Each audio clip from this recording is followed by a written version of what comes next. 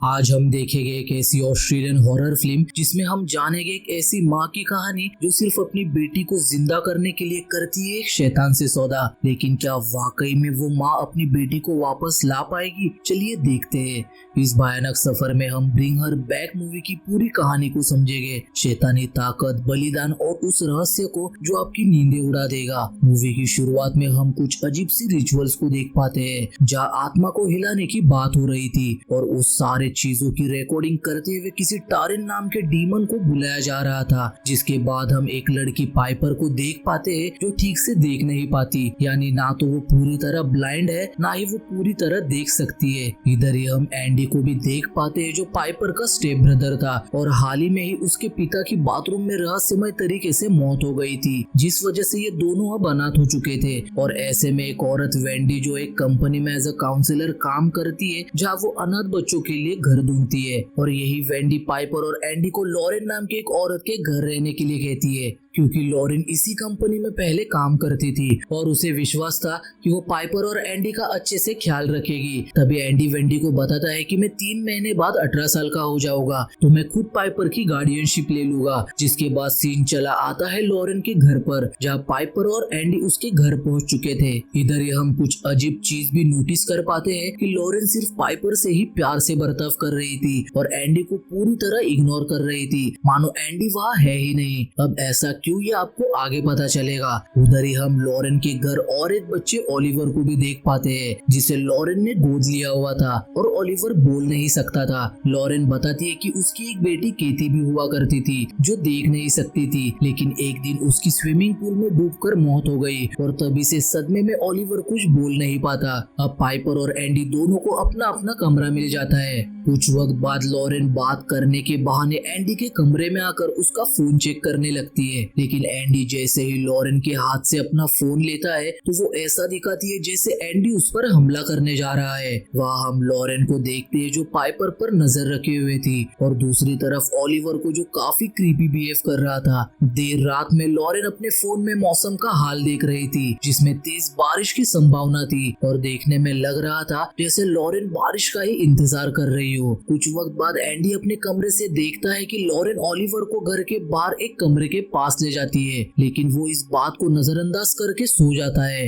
अगली सुबह वो देखता है कि उसने अपना बिस्तर गीला कर दिया है और ये थोड़ा सा अजीब था क्योंकि एंडी लगभग अब 18 साल का होने वाला था। फ्रेश होने के लिए जैसे ही वो बाथरूम में आता है तो वो बाथरूम को देखकर ही ऐसे डर जाता है जैसे मानो उसने भूत देख लिया हो, क्योंकि बाथरूम में उसके पिता की मौत हाल ही में हुई थी। यानी अब तक एंडी अपने पिता की मौत को भुला नहीं पाया था और उसी दिन एंडी के पिता का फ्यूनरल भी था, लेकिन एंडी अपने पिता के पास देख भी नहीं पा रहा था। यही लॉरेन चुपके से एंडी के पिता के सर से कुछ बाल काट कर अपने पास रख लेती है। दूसरी तरफ हम ओलिवर को देख पाते हैं जो घर पर अकेला था और वो बार बार कांच के दरवाजे पर हाथ मार के उसे तोड़ देता है। ओलिवर को पता भी नहीं था कि उसे इतनी चोट लगी हुई है। वो बस घर के बाहर उस बंद कमरे में जाने की कोशिश कर रहा था और इस वक्त ओलिवर कुछ ज्यादा ही अजीब बिहेव करने लगा था। अब जब लॉरेन घर आती है तब वो पाइपर और एंडी के साथ बॉन्ड बनाने की कोशिश करती है, जहाँ पीने के बाद लॉरेन और एंडी अपने अंदर मौजूद कुछ बातें एक दूसरे से शेयर करते हैं। लॉरेन बताती है कि आज भी वो केती की मौत को भुला नहीं पाई और आज भी वो केती के मुंह से मॉम सुनने के लिए तरस चुकी है। वही एंडी बताता है कि उसके पिता उसे बाथरूम में ले जाकर शावर ऑन करके मारा करते थे ताकि किसी को भी आवाज ना आए। रात में जब एंडी सो जाता है तब देर रात लॉरेन कुछ अजीब चीज करती है। जी हाँ, आपने बिल्कुल सही देखा, वो टॉयलेट करके उसी टॉयलेट को एंडी के पैंट में डाल देती है। यानी उस दिन भी एंडी ने खुद ने बिस्तर गीला नहीं किया था और वो ये बस इसलिए कर रही थी ताकि वो कंप्लेंट कर सके कि एंडी पाइपर की जिम्मेदारी लेने के लिए फिट नहीं है। उसी दौरान लॉरेन को ओलिवर के बाहर जाने की आवाज आती है तो वो उसे नहलाने के लिए ले जाती है और उससे अजीब अजीब बातें करने लगती है, जैसे मैं जानती हूँ तुम्हें भूख लगी है लेकिन जल्दी वो वक्त आ जाएगा जब तुम खा सकोगे। और ओलिवर भी उसे गुस्से वाली नजरों से देख रहा था, तभी हम मिरर में ओलिवर की जगह एक डीमन को देख पाते हैं, जिसके तुरंत बाद ही मिरर टूट जाती है। यानी ओलिवर कोई नॉर्मल बच्चा बिल्कुल भी नहीं था, वो किसी डीमन से पजेस हो चुका था और इसी कारण से ओलिवर का बर्ताव पहले से ही अजीब और क्रीपी था। अब अगली सुबह लॉरेन पाइपर को लेकर कहीं बाहर चली जाती है और अब घर में सिर्फ एंडी और ओलिवर दोनों ही थे। एंडी ओलिवर के साथ बॉन्ड करने की कोशिश करते हुए उसे खरबूजा खाने के लिए देता है, लेकिन ओलिवर ताकि खरबूजे की जगह वो चाकू ही खाने लगता है, जिससे उसका पूरा मुंह लहूलुहान हो जाता है। एंडी ओलिवर को फौरन हॉस्पिटल ले जाने लगता है। उसी दौरान हम नोटिस करते हैं कि लॉरेन के पूरे घर के इर्द गिर्द एक सफेद घेरा बना हुआ है। या एंडी जैसे ही ओलिवर को उस सफेद घेरे के बाहर लाता है तो ओलिवर बुरी तरह तड़पने लगता है। तभी लॉरेन भी वापस आ जाती है, जो एंडी पर गुस्सा होते हुए ओलिवर को घर के अंदर ले जाती है और कुछ वीडियो टेप्स को प्ले करती है। और देखने में भी इन टेप्स में जो रिचुअल्स चल रहे थे वो बिल्कुल वैसे ही थे जैसे हमने मूवी की शुरुआत में देखा था। और वीडियो में दिखाया जा रहा था कि उस पजेस औरत को शांत करने के लिए उसके माथे पर सर्कुलर मोशन में उंगली घुमाई जाती है। लॉरेन भी ओलिवर के साथ बिल्कुल ऐसा ही करती है, जिसके बाद ओलिवर पूरी तरह शांत हो जाता है।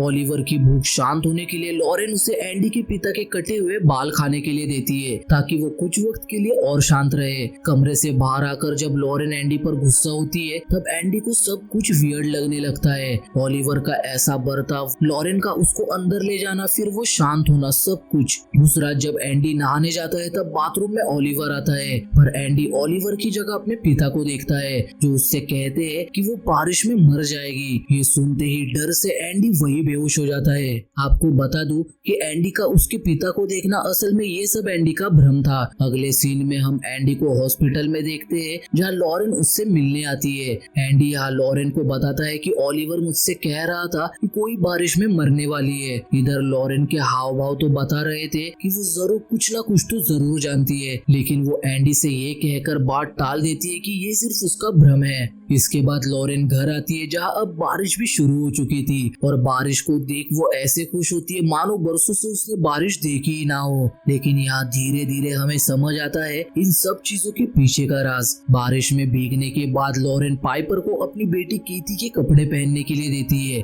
इसके बाद वो पाइपर को घर के बाहर मौजूद उस कमरे में ले जाती है, जहाँ अंदर फ्रीजर में केती की लाश थी। यानी आज तक लॉरेन ने केती की लाश को फ्रीजर में संभाल कर रखा था। ऐसा क्यों, ये भी आपको आगे पता चलेगा। दूसरी तरफ अब लॉरेन एंडी को घर ले आती है, जहाँ वो नोटिस करती है कि जल्दी रिकवर होने के लिए एंडी एक्सरसाइज के साथ कुछ सप्लीमेंट ले रहा है, इसलिए वो चुपचाप एंडी के शेकर में कुछ मिला देती है। इसके बाद वो खुद पर एंडी का परफ्यूम मारकर पाइपर के कमरे में आती है और पाइपर के मुंह पर एक जोरदार पंच करके वहाँ से भाग जाती है। जब पाइपर दर्द से उठती है तो उसे अपने पास एंडी के परफ्यूम की स्मेल आती है, इसलिए उसे लगता है कि एंडी ही उसे मारकर भागा है। अगली सुबह लॉरेन सारा इल्जाम एंडी पर डालती है, ये कहकर कि कल रात मैंने एंडी को पाइपर के कमरे में जाते हुए देखा था। ये सब देख एंडी अचानक वायलेंट बिहेव करने लगता है, शायद उसी चीज की वजह से जो उस दिन लॉरेन ने उसके सप्लीमेंट में मिलाई थी। लॉरेन पाइपर को ये तक कह देती है कि एंडी के पिता उसे बचपन में मारा करते थे और अब वो उसे मार रहा था।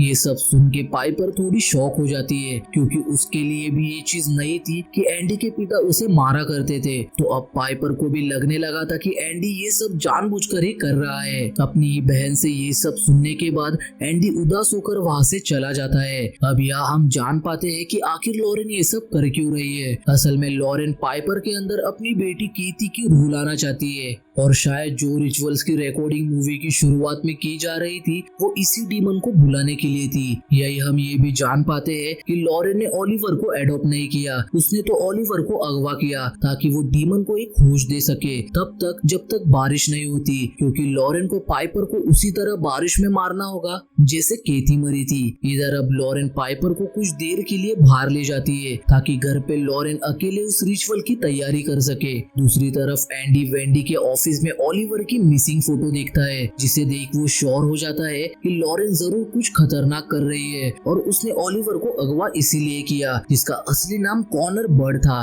एंडी अब ये सारी बात वेंडी को बताता है, लेकिन वेंडी को ये सारी बातें बकवास लग रही थी। पर एंडी की बचपन की सारी बातें सुनकर वेंडी को भी अब लग रहा था कि शायद एंडी सच बोल रहा हो, इसलिए वो एंडी के साथ लॉरेन के घर की तरफ निकल पड़ती है। रास्ते में एंडी पाइपर को एक वॉइसमेल भेजता है, ये कहते हुए कि लॉरेन से बचकर रहना और तुम्हारा भाई तुम्हें कभी हर्ट नहीं कर सकता, जिसमें वेंडी की आवाज भी रिकॉर्ड हो चुकी थी। उधर घर में वो डीमन ओलिवर पर पूरी तरह हावी हो चुका था और उसकी भूख इतनी बढ़ चुकी थी कि वो सिर्फ खाने को ही नहीं बल्कि घर में मौजूद टेबल से लेकर फर्श तक सब खा रहा था। तभी लॉरेन वहां आकर उसे रोकने की कोशिश करती है, लेकिन ओलिवर, जिसका असली नाम कॉनर है, वो लॉरेन को ही काट लेता है। लेकिन जैसे तैसे लॉरेन ओलिवर को बाहर बंद कर देती है। यहाँ बुरी बात ये थी कि पाइपर का फोन लॉरेन के पास था और वो एंडी का वॉइसमेल सुन लेती है, जिससे उसे पता लगता है कि एंडी वेंडी के साथ यही आ रहा है। इसलिए वो दोनों आने से पहले लॉरेन पूरे घर को साफ कर देती है।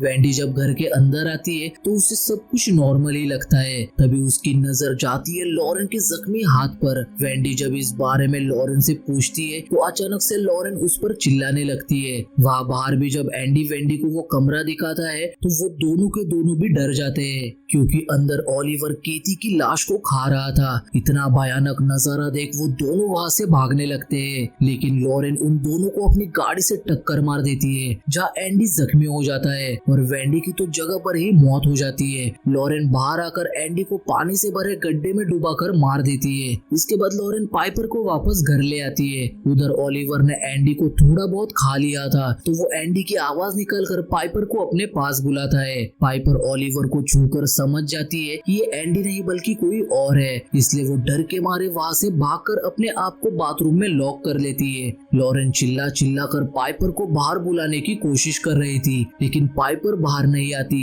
लेकिन लॉरेन गुस्से में बाथरूम का दरवाजा ही तोड़ देती है, क्योंकि पाइपर देख नहीं सकती थी तो भागते वक्त वो दीवार से टकराकर बेहोश हो जाती है और लॉरेन उसे घसीटते हुए पूल के अंदर ले जाकर उसी तरह मारने लगती है जैसे केती मारी गई थी, यानी पानी में डूबकर। पर जब डरते हुए पाइपर लॉरेन को मॉम कहते हुए पुकारती है तो अचानक लॉरेन वही रुक जाती है, जैसे पाइपर उसी को पुकार रही हो, और उसे समझ आता है कि वो कितना गलत करने जा रही थी। तभी किसी तरह पाइपर पूल से निकलकर भागने लगती है। अब यहाँ लॉरेन भी केती की आधी खाई हुई लाश पूल में लेकर आती है और वहाँ ओलिवर पाइपर के पीछे भाग रहा था, लेकिन उस सफेद घेरे के बाहर जाने की वजह से ओलिवर के अंदर से वो डीमन भी निकल जाता है। पाइपर भी मेन रोड पहुंच चुकी थी, जहाँ कार से जा रहा एक कपल उसे रेस्क्यू कर लेता है और वो दोनों उसे सीधे पुलिस तक पहुंचाते हैं। कुछ वक्त बाद पुलिस उस जगह आकर जख्मी ओलिवर को रेस्क्यू करने के बाद पुल के पास आते हैं, जहाँ लॉरेन अपनी बेटी केती की लाश के साथ पुल में ही थी, जिसके साथ ये फिल्म यही एंड हो जाती है।